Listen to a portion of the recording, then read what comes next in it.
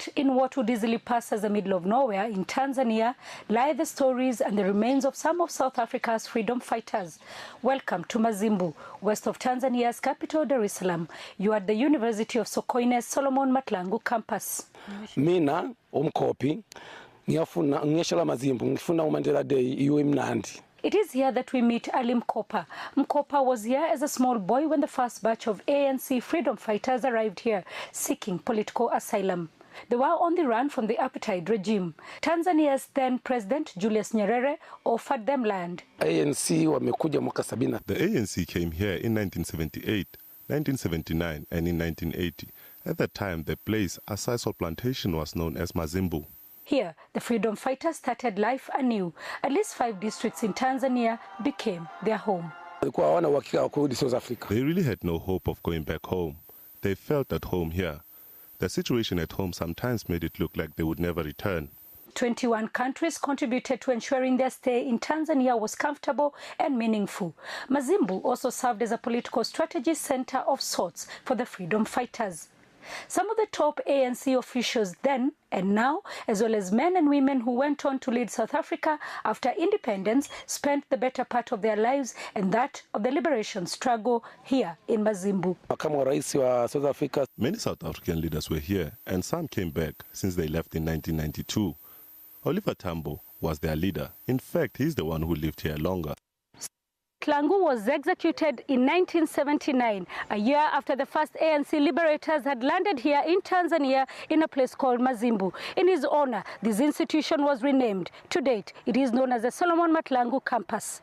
The Solomon Mahlangu Freedom College, SOMAFCO, was set up for the growing number of ANC exiles coming just after the 1976 Soweto uprising.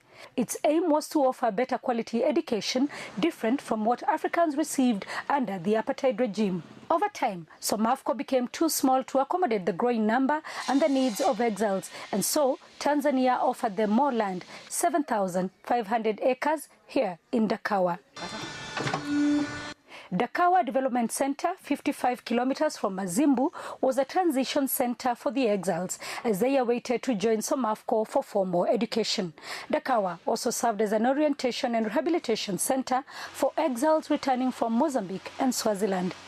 As a development center, it offered more than formal education. It catered for those in need of vocational training, including carpentry, metal and leatherwork. They had so many activities of a person who is at his or her home. They were doing agriculture, they were having schools, they were having vocational training. Dakawa was seen as a difficult place, prone to flooding and malaria. Most of them died on malaria and other factors, accidents. To date, the remains of those who died during the time in Tanzania lay in cemeteries at the various sites in the country. In 1990, Nelson Mandela was set free. The mood and the dreams at the camps changed. Ali remembers celebrations that lasted for 2 days here in Mazimbu. Mandela came here and even spent the night in the camp. He told the exile South Africa would be free and they too would be back home. In 1992, 2 years before South Africa's independence, the final call was made. It was time to close the ANC camps and go back home.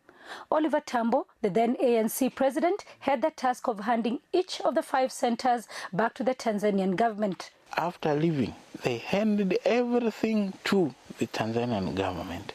And to where there was a school, we are using it as a school. To where it was a dispensary, we are using it as a dispensary. SOMAFCO existed for only 15 years, 15 years that may have defined the future of a free South Africa's education system. Sarah Kimani, SABC News, Morogoro, Tanzania.